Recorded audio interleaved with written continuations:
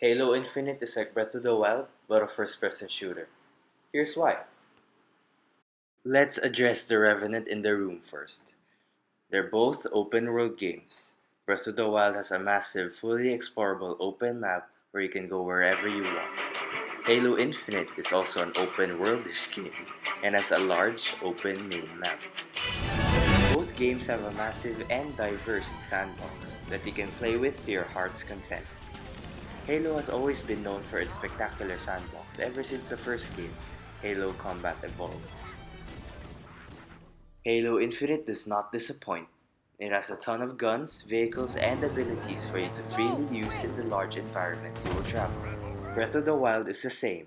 While there aren't as many weapons available than in Halo, it more than makes up for that with the unique and fun abilities you're given at the start, and the way that these abilities and even the physics of the game interact with the combat make the sandbox even more fun and dynamic.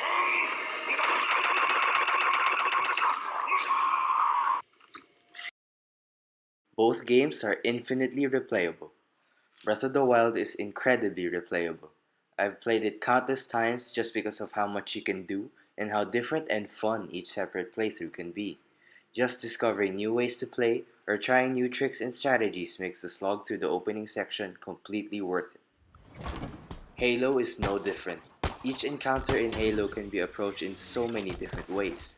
Do you tackle the enemy solo or maybe with marine support? Do you fight on foot or on a vehicle? Every single FOB, banished facility, and mission can be done however you want.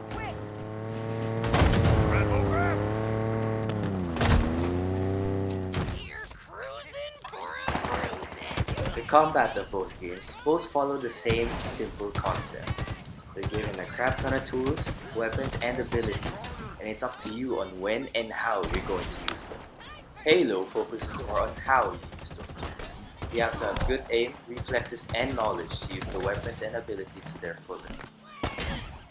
Breath of the Wild focuses more on when you use those tools. Weapons break, arrows run out, and abilities have cooldowns. So, you should be focusing more on when to use that powerful weapon you found, when to use the OP one-shot arrow, and when to use your stasis rune to lock a dangerous enemy down.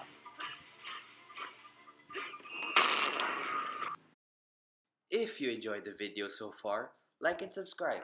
It helps us content creators a lot.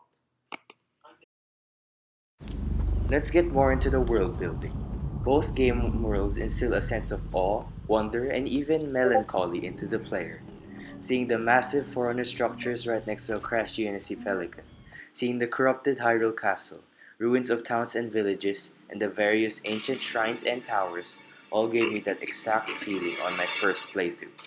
It really gives the worlds of both games an identity that makes it far different from other game worlds.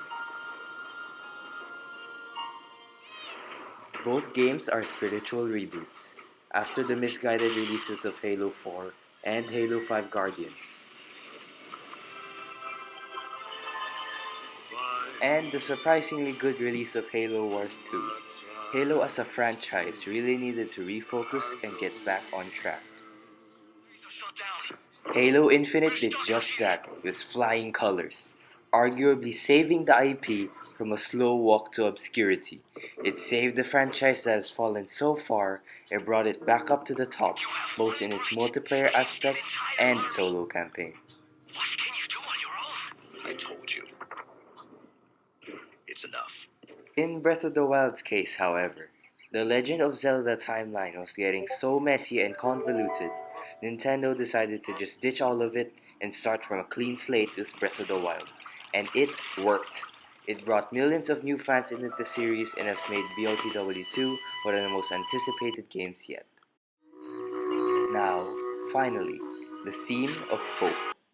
Both games are set in war-torn lands, with an opposing force threatening those who inhabit it, and the people, the UNSC and Hyruleans, spending their time just trying to survive, waiting and hoping for their tall or short green savior to save them.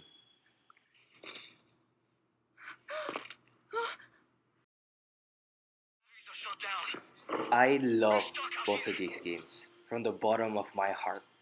Halo Infinite was a game I waited years for, and Breath of the Wild was my first ever open world game. They are both masterpieces in my eyes, and I just had to point out how alike they are.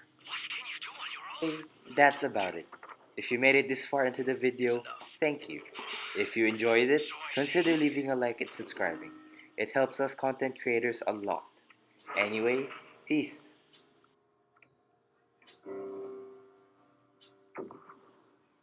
I need you to understand.